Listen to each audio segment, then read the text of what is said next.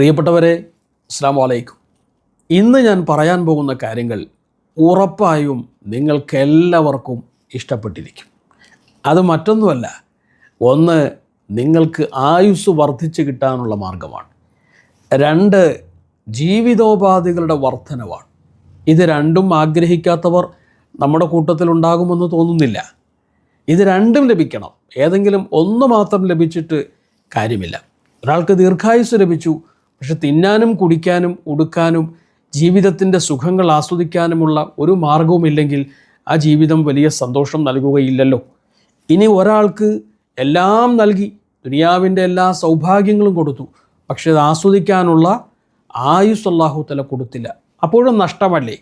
അപ്പോൾ ഇവ രണ്ടും ലഭിക്കുക, കൂടുതൽ കാലം ജീവിക്കാനും അതുപോലെ ദുനിയാവിൻ്റെ സൗഭാഗ്യങ്ങളുടെ വാതിലുകൾ തുറന്നു കിട്ടാനും ഒരാൾക്ക് ലഭിക്കുക, ഭാഗ്യം ലഭിക്കുക എന്നുള്ളതാണ് ഏറ്റവും വലിയ ഭാഗ്യം.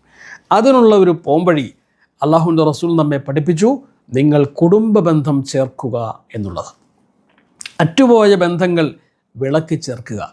അല്ലാഹുവിൻ്റെ റസൂലിൻ്റെ മുമ്പിൽ ഒരു സ്വഹാബി വന്നിട്ട് പറഞ്ഞു, പ്രവാചകരെ, എനിക്ക് ചില കുടുംബക്കാരുണ്ട്. ഞാൻ അവർ പിണങ്ങി നിൽക്കുമ്പോൾ ബന്ധം വിളക്കി ചേർക്കാൻ വേണ്ടി ശ്രമിക്കും. അതിനുവേണ്ടി പല മാർഗങ്ങളും സ്വീകരിക്കും. പക്ഷേ ബന്ധങ്ങൾ അകന്നു പോകാനാണ് അവരുടെ ആഗ്രഹവും അവരുടെ ഇഷ്ടവും.